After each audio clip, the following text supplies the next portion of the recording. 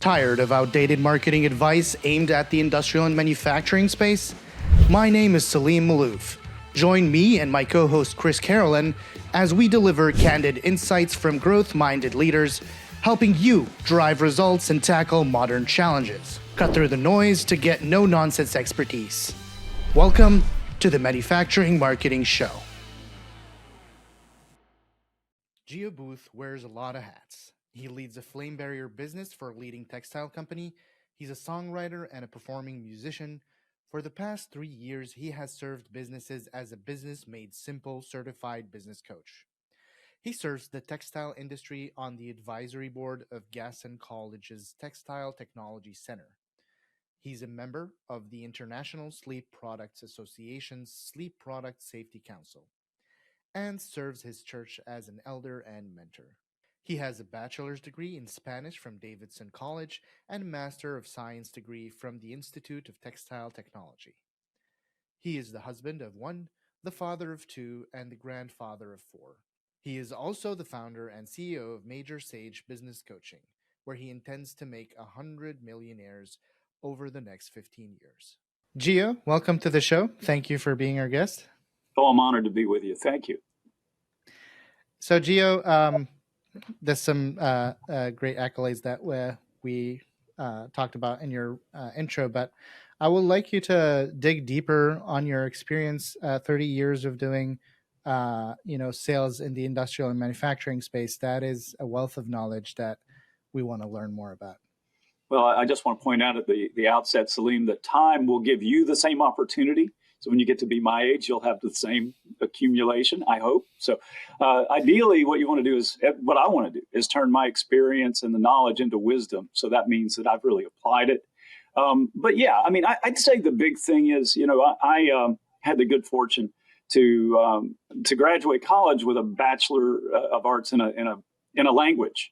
So, liberal arts. So, I mean, unless I wanted to teach, it really wasn't of much value. But I went out and got a sales job, which was fantastic. I like people. It's great and easy to meet people. But what I didn't have was a technical background. So I went, had the good fortune to go into a graduate program in textile technology, and then came out and had the opportunity to build a career with one company. So that's kind of rare today, but it was a choice that I made. I saw colleagues, work a few years and leave. I mean, lo and behold, the company I went to work for kept finding interesting things for me to do. So I did it. But the great benefit of that was I really got to try different operational areas. And a wise boss that I had once said that there are only 3 areas that a company like ours needs to be concerned with: make stuff, sell stuff, and count the money. So I said, oh, well, I want to make sure I work in all 3 of those areas. And I did. And I found that the sell stuff side of it, the make stuff, sell stuff, was really the sweet spot for me. And then had the opportunity to take responsibility for a technical fabric business. So it was like a little company within the company. So it was sort of on me to learn quick and figure out how to communicate in lay language these very technical properties and the benefits. So I would love to tell you that I was magnificent from day one. I wasn't. I ended up firing a major customer and having to go tell my boss I'd done it. That wasn't fun. Turned out he agreed with me, but I didn't know that going in. And but I'd say that the big revolution for me probably was about 10 years ago, maybe a bit more than that, when I started hearing about story-based selling. And I'd done some great sales training with people like Jeffrey Gitomer, whom I still hold in very high regard and I recommend. So he's got a lot of books out there. He's even better in person if you have the opportunity. But and I'm not here to do a commercial for Jeffrey, but I learned a lot from him. But somehow I got on Donald Miller's email list, and he sent out this PDF about how to tell a story. And I just made up my mind that I was going to figure out how to do this. So I opened a large multi-department, complex selling is I think the term of art. And I just made up my mind I was going to go in and I was going to sell to the purchasing people, the product development people, the compliance people, the engineers. And I was going to do it on the basis of making them the hero of this story. And here's how inexperienced I was. I went in and Penn and Tellered it. I told them how the trick was done before I even did the trick. And so that relationship is still ongoing, and I think lifetime to date, it might be $50 million, something like that, and counting. So, it does work. That's the main thing. So I hope I answered your question. Oh, I think that was great. And one thing, like I pulled out of it, you talked about focusing on ways to communicate, using lay language, like to get points across, keep it clear.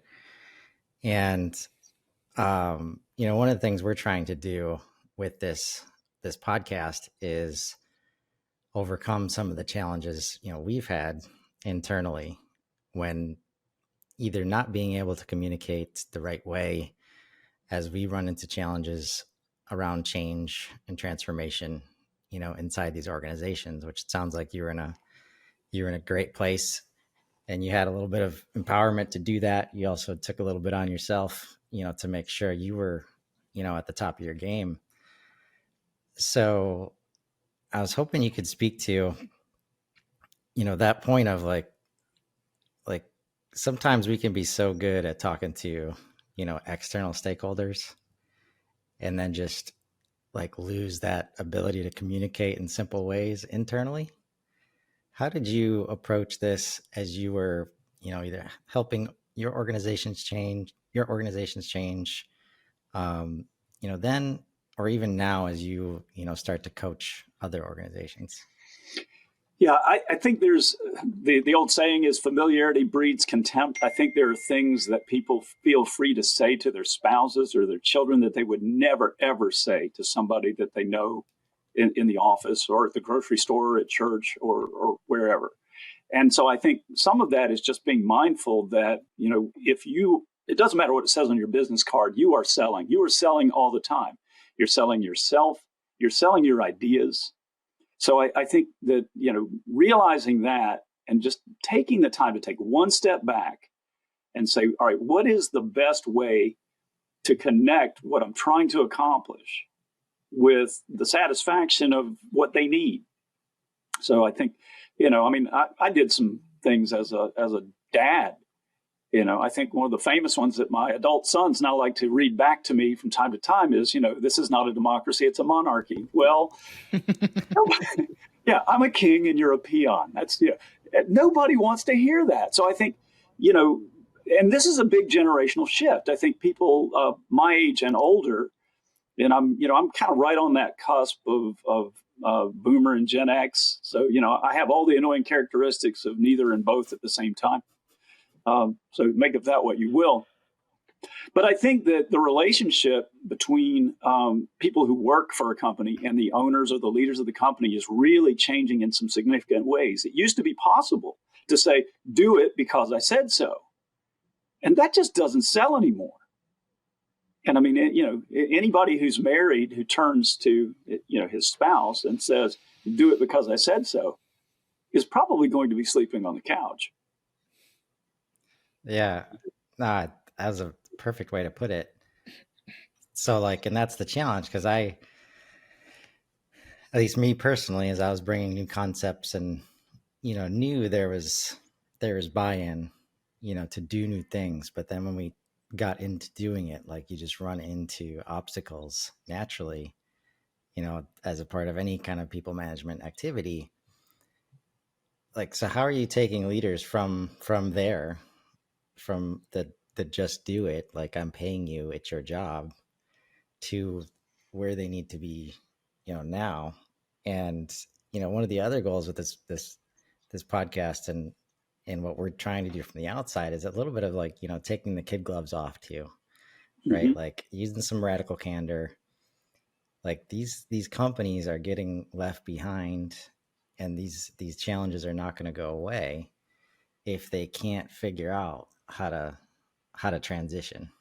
So I'd love to hear how you walk some of these people through that mindset.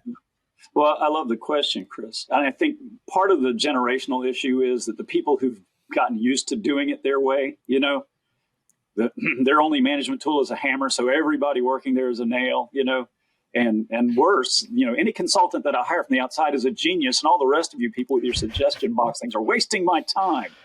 That's why we're working from the outside now. Exactly. Yeah. That's why we spun up this agency, because we've run into that from the other side, and we're like, these geniuses that come to this company is like, yeah, we want to be one of those. Well, and you're not wrong, but I mean, I think that there is a certain balance, for a leader who's been used to doing it. And I mean, most of these are guys, so let me just say his way. And I don't mean to exclude anybody, because I mean, I'm sure women can be bad leaders too. But let's be fair. But most of the ones that I deal with, are part of an old boys club. They came up under people who were really harsh, and everybody loved and feared them because they were hard guys. So they're just trying to emulate what they grew up with. Well, I had to deal with it, so you do too. Well, that's not the way it is. People have a completely different relationship to employment and to what a job actually is, what it provides. I mean, you've probably seen the meme. Yeah, we're like a family here. Yeah, I applied to 6 families this week. So, all those worn out sayings just do not persuade anybody. So the hard thing, but the necessary thing, is to have the compassion of the surgeon. Look, I'm going to knock you out, and I'm going to cut you open, and I'm going to remove some things that you think are important. But if I don't do it, you're going to die. So, it's tough love, really. I mean, oh, by the way, you're going to pay me to do it. So, the surgeon does all those things. He knocks you out, he cuts you up, he does sew you up, but you pay him. So, you have to think of it like that. What you're doing right now, what is troubling your organization right now, could be fatal if we don't intervene. The fact that we're sitting across from each other is an indication. You invited me in, Well, yeah, but my leadership team made me do it. Okay, well, that's all right. Listen, I'm here for you. I work for you. I am here to help you get what you really want, which is to be the owner or the leader of a thriving company that creates a lot of good. So you have the satisfaction of running an organization that functions as designed, and you have a team of stars who know what to do and who reflect favorably on you. And better than that, stay around and bring their friends. So that's the kind of transformation we're about. That's what we're looking to do. I like that you mentioned the surgeon analogy, because my next question is, if there's a body part that is the source of the problem, and usually that body part is important to the functioning of the body, yet it's spreading the issue to the rest of the body. At this point, you're at a point where you have to think, like, what do I do with this problem, like with this body part?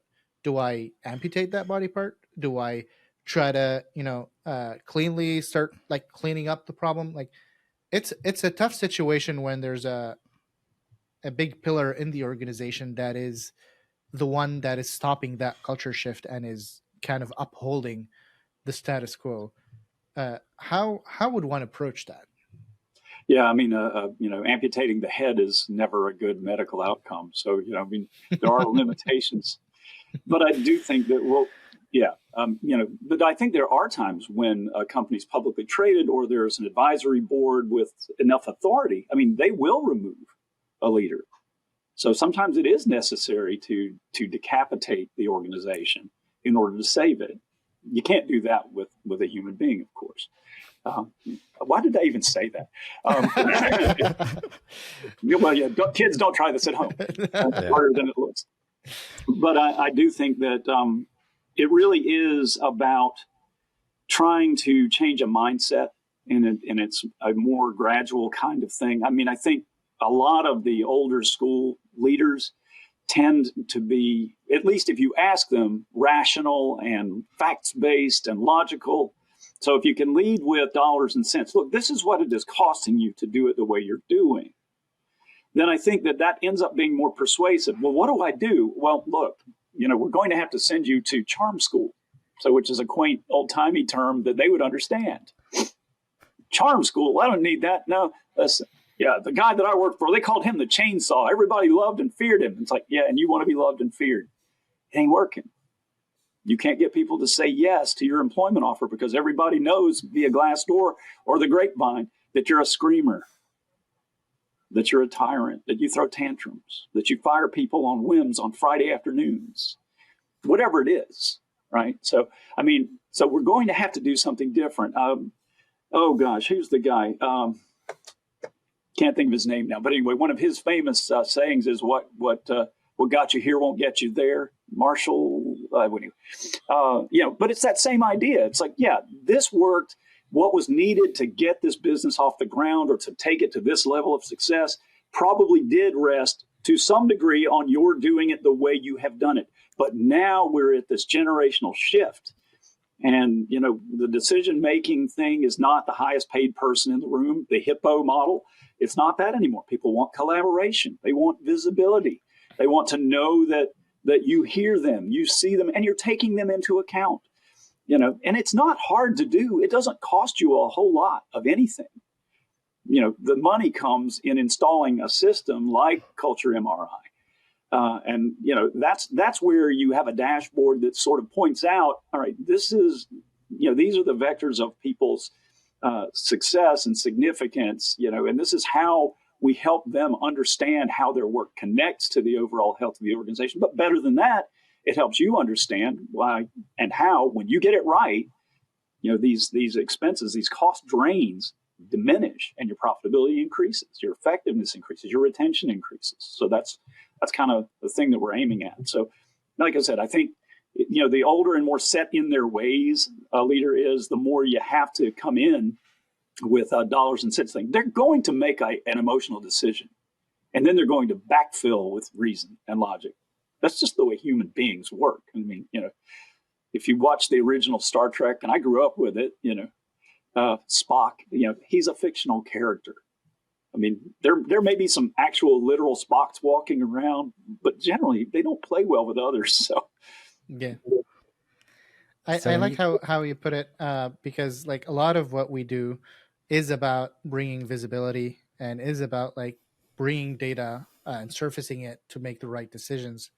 However, sometimes when we're introducing these systems to bring visibility, the pushback, like all leaders love visibility. So the buy-in from them is always there. We're always coming in from the lens of management wants more visibility, but where we find the roadblock is then that visibility sometimes scares the people on the front lines.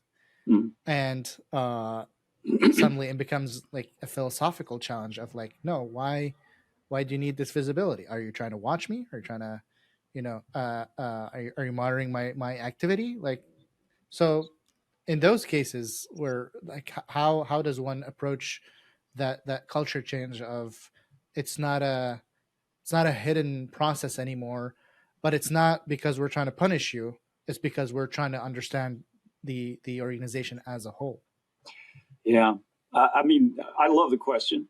And I think there are a couple of things. I think a lot of people in middle management or even senior leadership are scared. And part of the reason they're scared is that some big companies have brought workers in on H-1B visas and then forced them as a condition of their severance to train their replacements. So being open can be fatal. If I teach you what I know, what it took me decades to learn, and then you kick me to the curb, well, what have I got for all my years? So, I mean, that's a legitimate concern.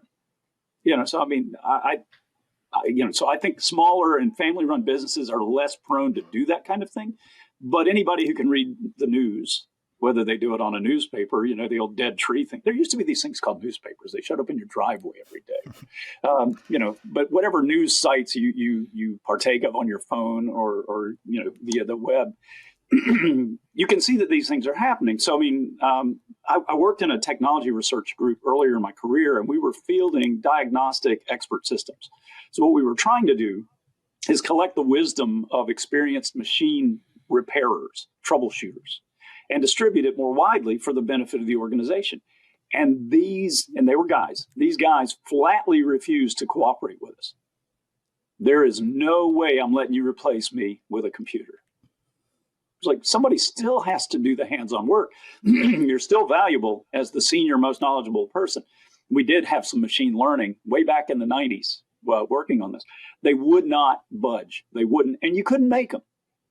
So the way we solved the problem was whenever we installed new capital equipment, we worked with the manufacturer, and they were willing, as a condition of the sale, to provide deep expertise and knowledge so that they didn't have to send their precious resources, their limited number of highly skilled fixers out, except when it was really serious. So they liked it. Our company liked it. And the old wise heads didn't have to part with their hard-won knowledge. But there was one famous case when one of those guys was beating his head against the wall, and the general manager of the facility came out and said, we're not getting anything made today. We're gonna lose thousands today. Have you done this? At that time, this system was fielded on a 486 bus personal computer, if you can imagine. That was the most powerful PC that was available. We referred to it as the mother of all PCs, or MOPSI. So the system was fielded on MOPSI, which was on a crash cart with a battery. And the general manager, who had kind of dragged his heels, he was kind of like, oh yeah, here come, this dream team, which was their derisive name for this technology group. Go get that MOPSI thing, bring it out here. And he himself sat there at the keyboard and diagnosed the problem with the help of this self-learning expert system. And he became an enthusiastic adherent after that. So, we won, but did we win? I mean, you have to find some ways. But I think the main thing is we all want to be valued for the work that we do, for the value that we create. And I think that, it's in each of our interests to increase the number that hovers over our head, that declares this is the value I create, and giving people the opportunity to do that and to understand that they'll be rewarded according to that takes away the fear of being replaced. So, I think even while there are dynamics out there that seem to argue against the individual employee, I think an enlightened organization can take that into account to develop and cultivate those people and not only provide visibility, but accountability and transparency and recognition and reward. And when that happens, then I think they're much more willing to bring their best ideas, their best efforts without fear of being supplanted. And I think the other thing is, some of the leaders with the clenched fist need to learn to open up too. They're afraid of being upstaged by somebody younger or flashier. They're going to get somebody in here at half the price. They're scared of losing their station as well.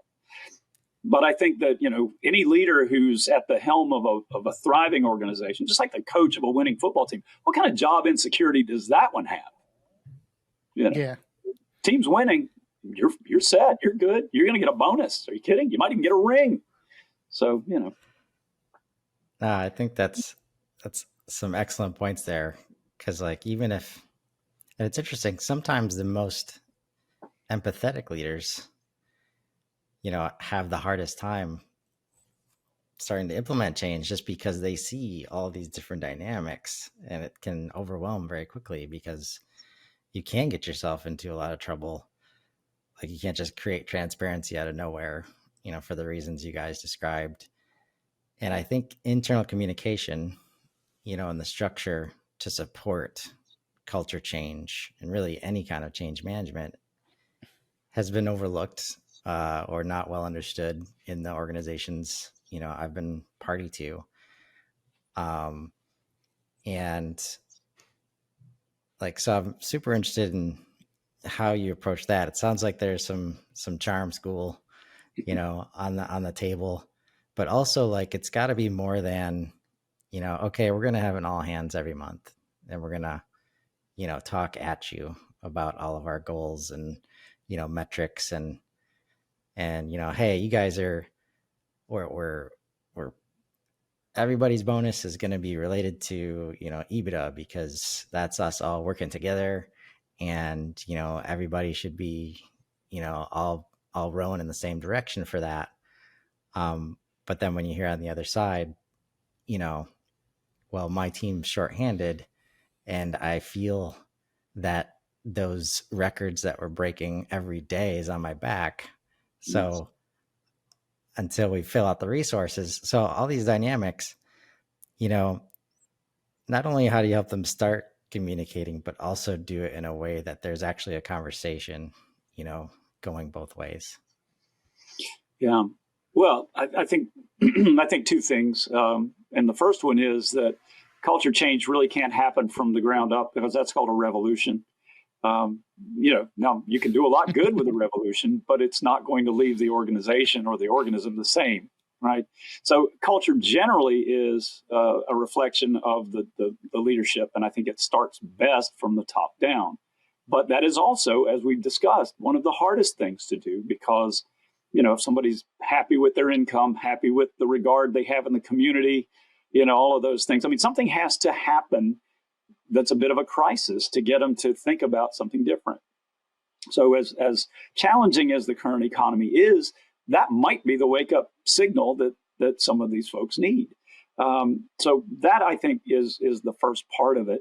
I do think that getting clear about the goals and being simple and clear about the goals is really better. And if you can then part that out so that each functional area of the organization understands what their share of that is or what their contribution to that is, then it doesn't really matter if it's the receptionist at the front desk or the team out on the dock or the line operators or the wonderful women in the logistics department. I mean, they all understand. If we get our on-time shipments to 99.5% or greater, then we've met our goal for this year. And if that happens, then this is what we're going to do. And so, I mean, there really is a big structural overhaul that has to happen. But I think it begins with clarity around the goals. And I mean, I know the accountants and the finance-led organizations love to go with EBITDA or something like that. Maybe it's top line sales at a given margin percentage, which, kind of spells it out. And then it's kind of on accounting to make sure that we're not allocating in a frivolous, funny way, or that we're not playing games, or that the owner is not using the company as her personal piggy bank. See what I did there? I made it her this time. His personal piggy bank, their personal piggy bank. So the idea is that there's clarity, there's transparency from the top to the bottom. And I think if we begin there, then we can increase the frequency of those all hands meetings so it's weekly and it's really functional. It's about we're going to take 20 minutes at the outside just to look at our progress toward these goals, and we're going to highlight a few functional areas and let them kind of talk about what they did, what they're going to do, and where they're stuck, so that we're all kind of in it together. And then, of course, we part that out further so that individuals have a weekly check-in with their boss, but there's always a department stand-up every day.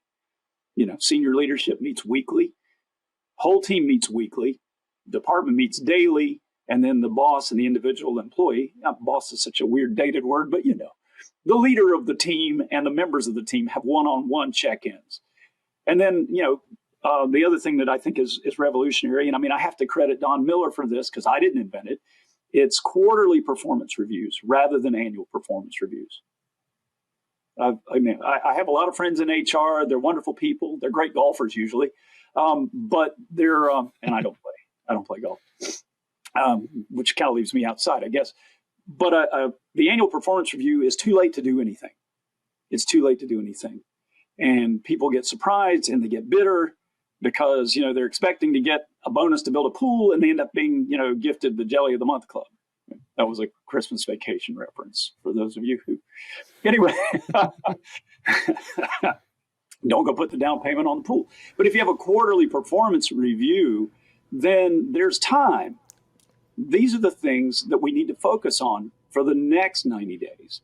Because I want you to succeed. The company is counting on you. This is your work. This is how it matters. And this is what you can expect. And by the way, this is timely feedback. So you get to incorporate that into the things that you're doing in any given week. Yes. And nobody's doing that. I mean, there are not many companies doing that. I shouldn't say that. But that's something I'm really eager to get going, among the companies that I serve. Yeah. Because I think it comes back to and that's the part where that's the foreign piece. Like, we just want to know where we stand as employees, as team members. And if you're only telling us that once a year, there's 364 days where we're not super sure. And correct.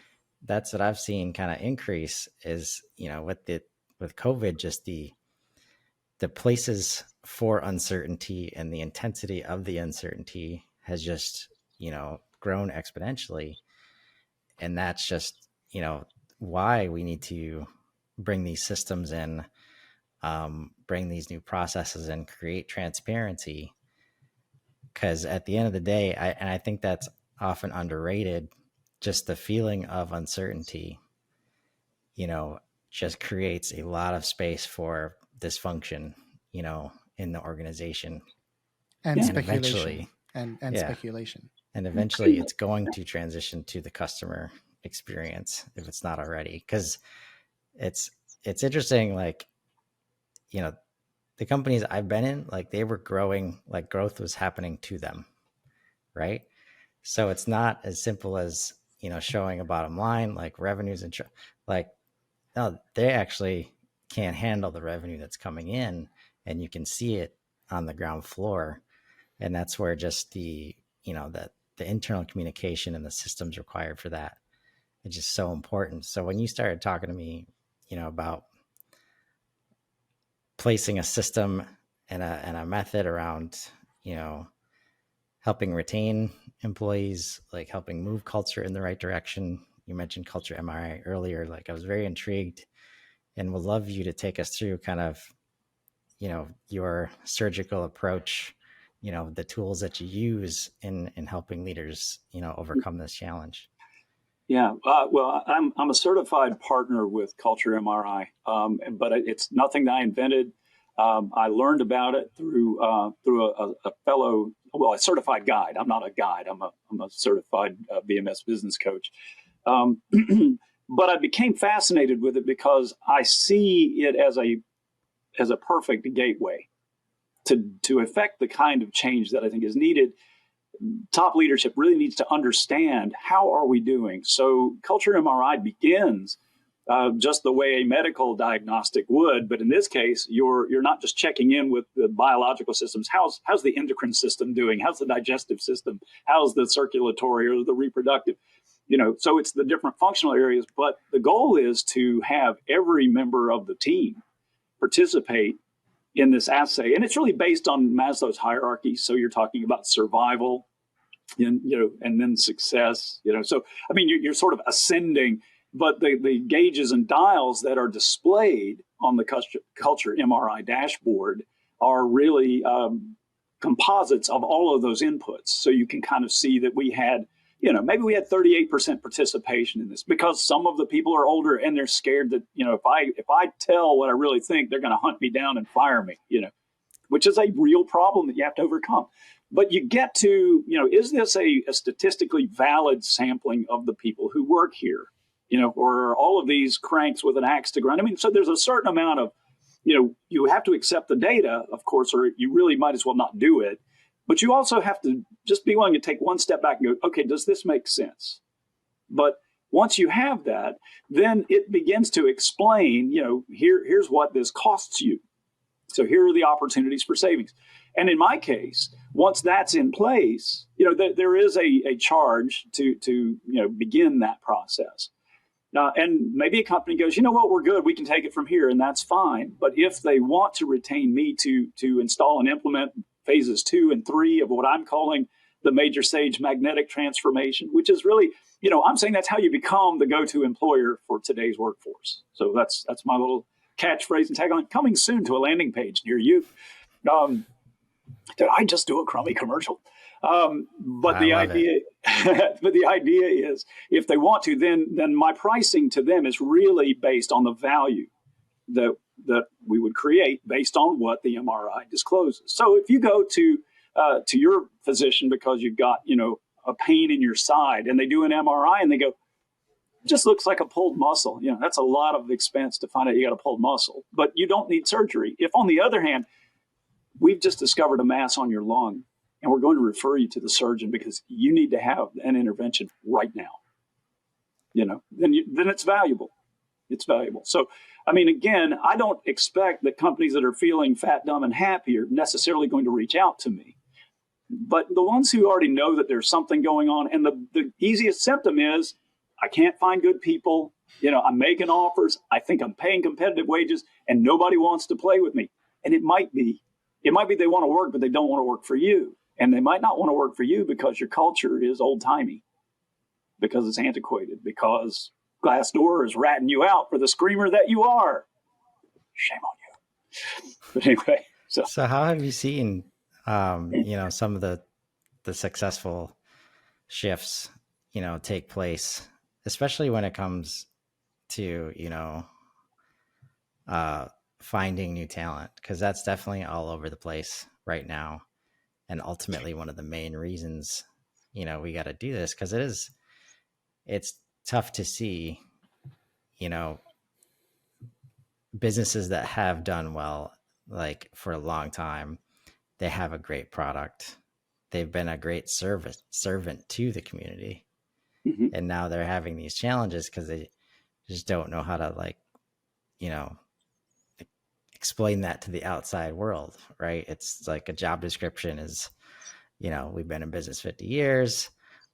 You'll be doing this, and, contact us for pay, stuff like that. That's like, so as it relates to, retention and finding new talent, what have you seen? How have you seen, successful leaders shift to specifically not just get better at it, but also like focus on it, with intention, understand, like, instead of continuing to talk about knowledge and skills gap, and it's hard to find good people, like, what do they do to shift and like focus on solving that problem? It's still early days for me in the magnetic transformation. I just rolled this out here in the fourth quarter. I'd been stewing over it for a while, had become familiar with Culture MRI, and I was like, how does it fit? And now I have it. However, I have several friends, business friendships with people whose job it is to pave the way for the Gen X, Gen Y.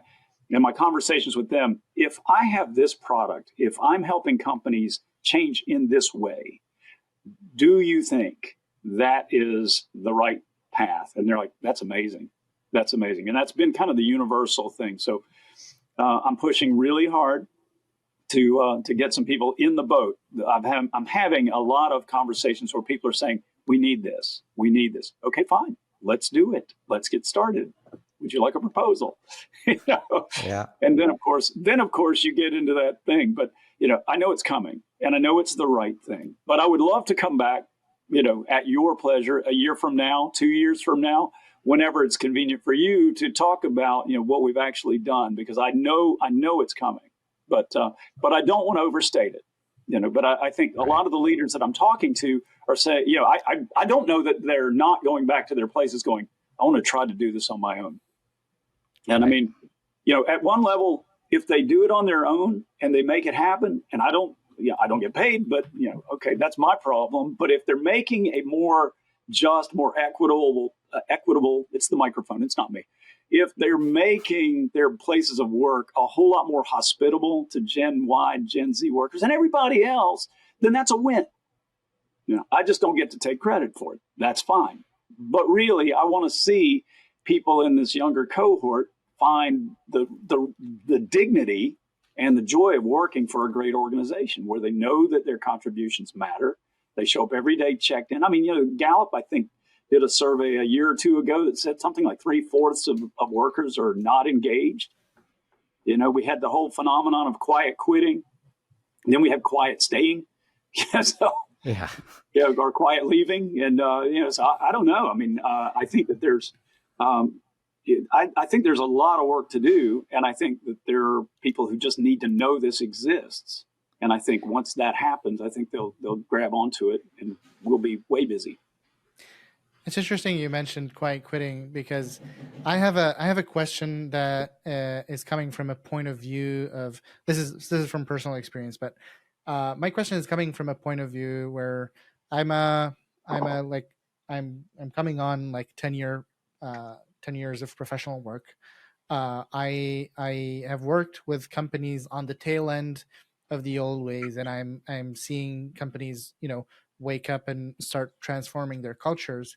However, my path has kind of pushed me over to what I would best describe as a jaded worker, Mhm. when I was still an employee, to the point where for me, a job was a transaction. I present time and value, I get wages in return.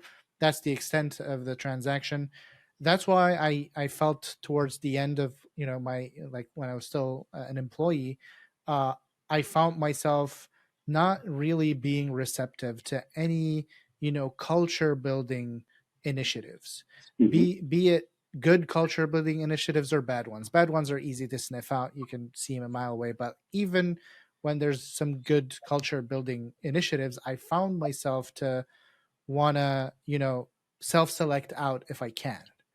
Um, Knowing that these people exist, because I was one of them.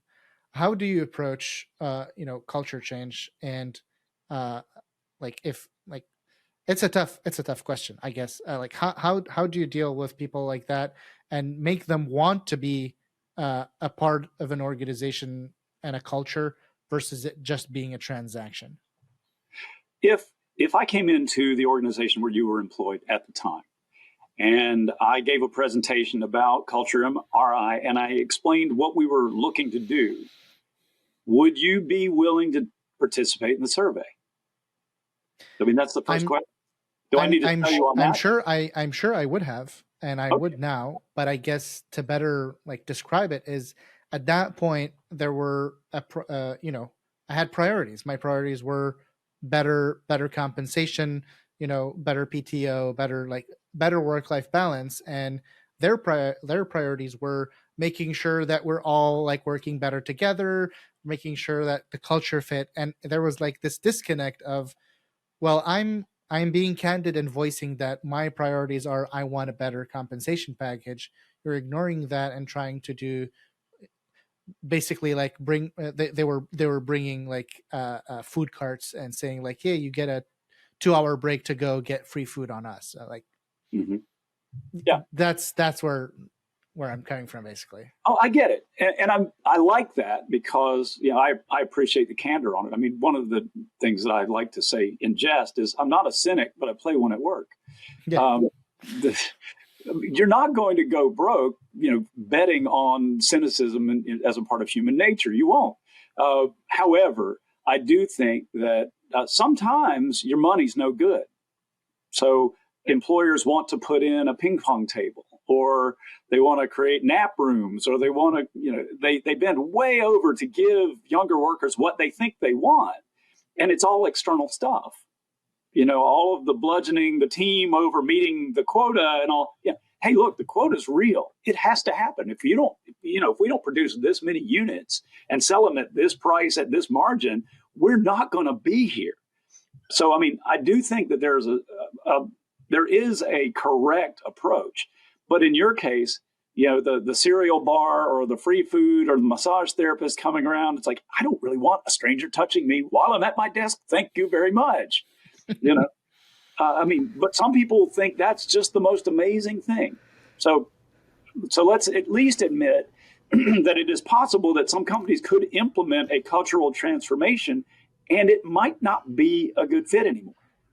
You might outgrow that company just based on where you are, heading toward self-actualization, or, maximizing what you believe a good life to be.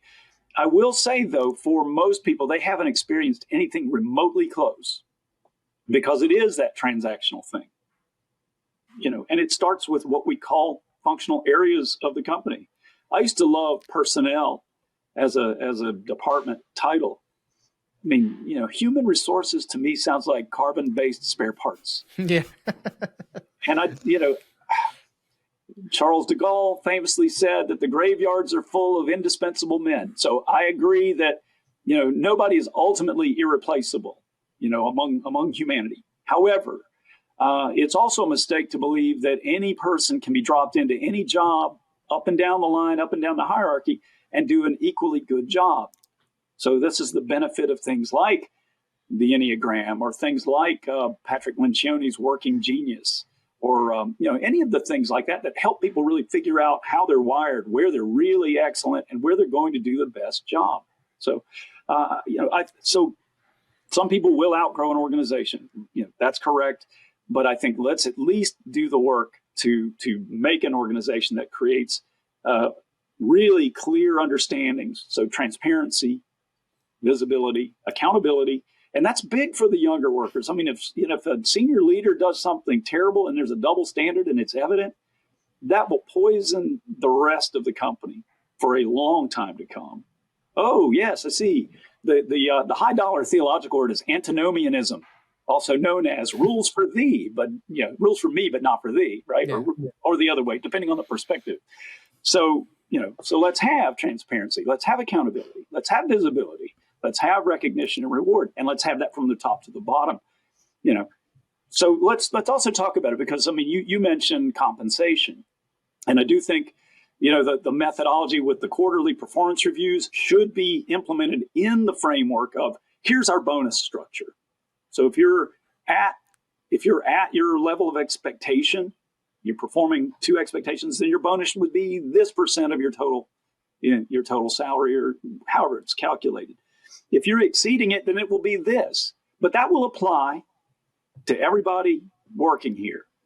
So there's not going to be some sort of, padded stock option thing unless everybody gets it.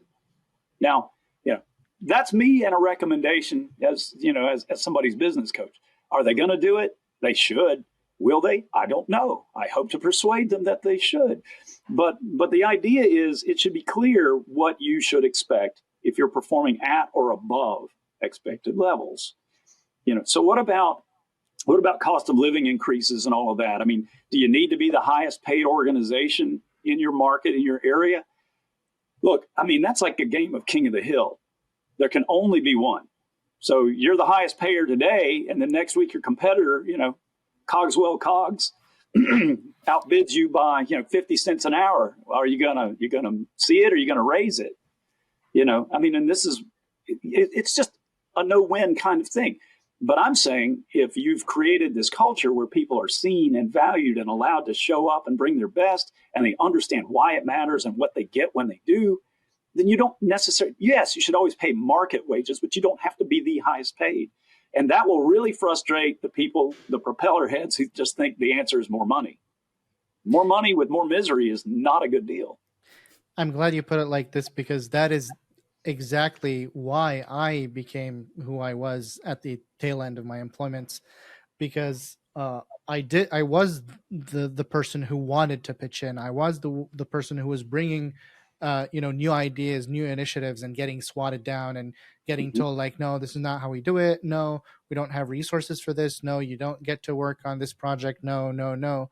After hearing enough no's at that point, we're like, well, I'm not getting anything other than my salary. At that point, it became transactional. So I do agree with you. If people feel seen, feel heard, and feel there is space to grow, room to grow, definitely, as long as they're hitting their cost of living, then yes, money will not be the main driver.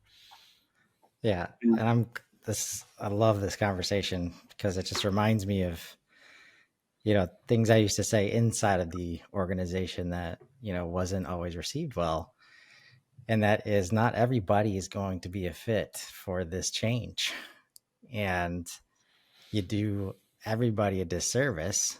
Like, it's the scariest thing, especially for the long tenured people that are going to be a challenge. It doesn't mean you count them out from the beginning, but I think it's paramount to get to the point as quickly as possible where they have the clear option to select in or select out, right? And it serves no one to drag that out, because as long as they're in limbo and they're not clear, it just creates this lack of clarity and understanding of the future that goes only one direction, in terms of productivity, happiness, health sometimes. And I think I remember reading about that as I started getting into marketing and sales and understanding how it's not just one department or two departments. Like it's got to be everybody, working together, and then seeing, absenteeism in the organization and understanding like, okay, these are not things that are fixed by the usual departmental, structure. And everything I read was about understanding that, hey, the best thing you can do is create the clear vision, communicate it effectively, and understand that it's not going to be for everybody. And that's okay, because it's in everybody's best interest for them to have the option to move somewhere else that's a fit. But as long as they stay there and they're not a fit, it creates the no-win scenario. So I love this back and forth. And this has been a great conversation, Geo. Well, I've enjoyed it. And I love what you said. I mean, I do think people do you a favor when they opt out, ultimately. The last thing any organization of any value should want is people hanging on just because they're being paid. So, right. I mean, they're turning it transactional, even if you don't mean it to be. So, and I think that there is an art to helping people make a transition away from you. And I think companies that really have it going on, and I think this is sort of kind of at the tail end of the transformation. If people are graduating, let's have a ceremony. Let's see them off. Let's applaud their successes, the contributions they've made. And by the way, sometimes that's the founder, I mean, the founder really is wearing all the hats and is really bumping their head because they're not able to really split the work out into, okay, I'm an owner now. I have to function like an owner. I can't put on, I live in the Charlotte metro area, so we have an NFL team of some disrepute. The owner fired the head coach, in week 11. And the head coach had been a quarterback, actually played for the Buffalo Bills and had the largest, the greatest comeback, in NFL history. So he knows the game, from the field and all that.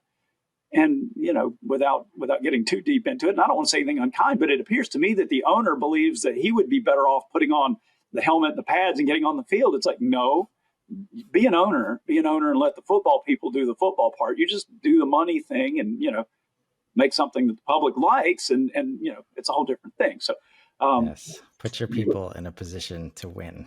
Yes, exactly. Give them the tools, whatever those need to be, and then step back, trust them enough. And if you can't, well, that's a bigger problem. But again, culture really is a top-down thing.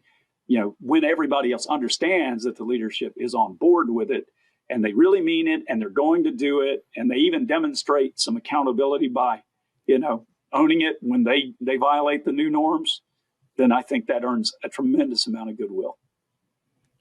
Yes, sir. Geo, this was a great conversation, and we're happy to have you as a guest. Where can people find you?